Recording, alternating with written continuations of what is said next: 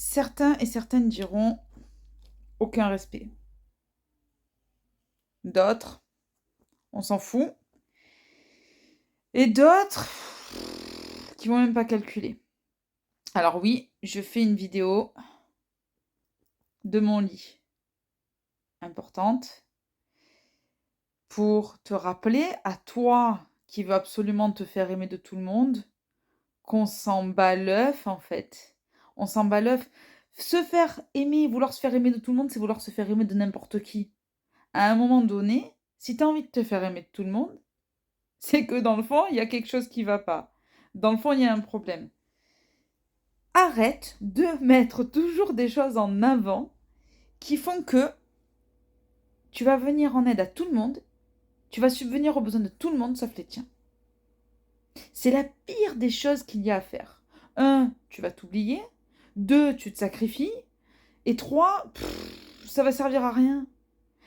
Concrètement, parce que les gens vont se permettre, et après tu vas parler de ah oui, mais c'est de l'abus, il a abusé, elle a abusé, ah c'est toujours moi, position de victime.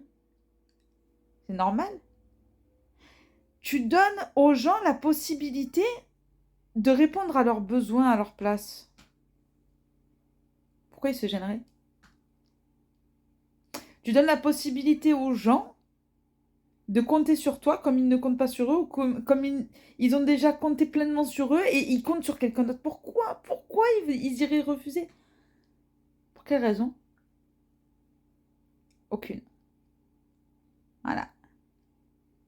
Donc, à la place de jouer les victimes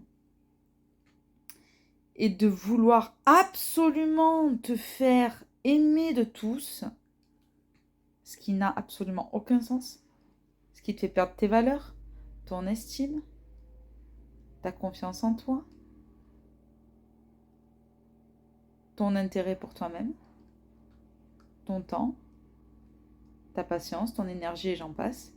À la place que tout ça, de laisser faire tout ça, sois proactif. Occupe-toi de tes propres besoins. Qu'est-ce que ça cache? Le fait que tu ailles courir partout pour faire plaisir aux uns et aux autres en t'abandonnant toi-même, qu'est-ce que ça cache? Hein? T'as déjà posé la question? Tu devrais. Tu devrais parce que je pense que si t'es tombé sur cette vidéo, c'est pas par hasard. Et que ta vie doit prendre un tournant maintenant. Bon, après, tu fais ce que tu veux. Hein. Si t'as envie de continuer à jouer les victimes parce que t'aimes bien ça et que c'est ultra confortable, parce que oui, la merde, c'est confortable. Le fait de se sentir mal, c'est confortable. C'est tout chaud. C'est mignon. C'est cocooning. Mais le jour où tu auras vraiment envie de sortir de cette position de victime et que tu auras envie de t'occuper de toi, parce que ça sera plus trop compliqué à ce moment-là, ce jour-là, tu prendras conscience de ton évolution. Ce jour-là, tu prendras conscience de ce que tu vaux. Ce jour-là, tu prendras conscience que tu as des valeurs à défendre, qui ne sont pas forcément celles de tout le monde.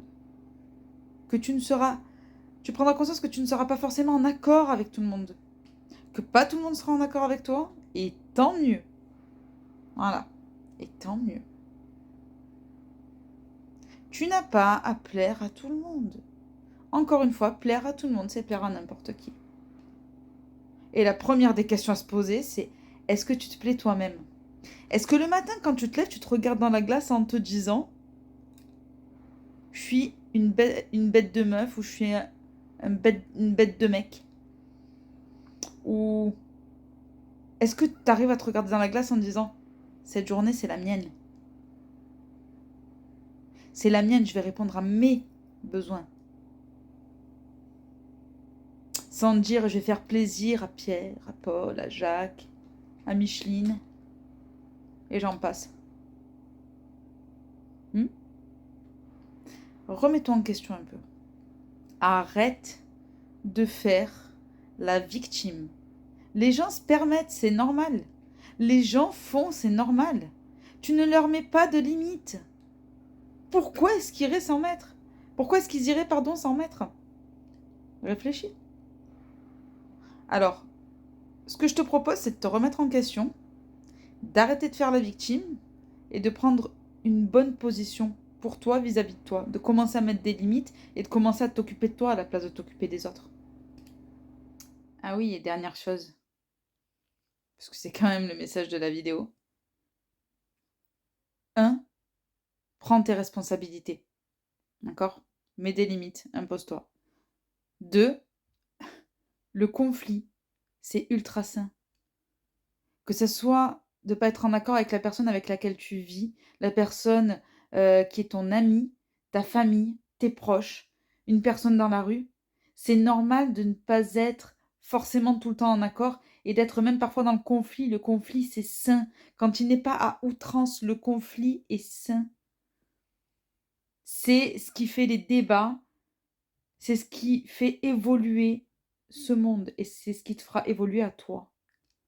Donc sur ce, accepte les conflits, prends tes responsabilités, impose-toi et à bientôt pour une prochaine vidéo.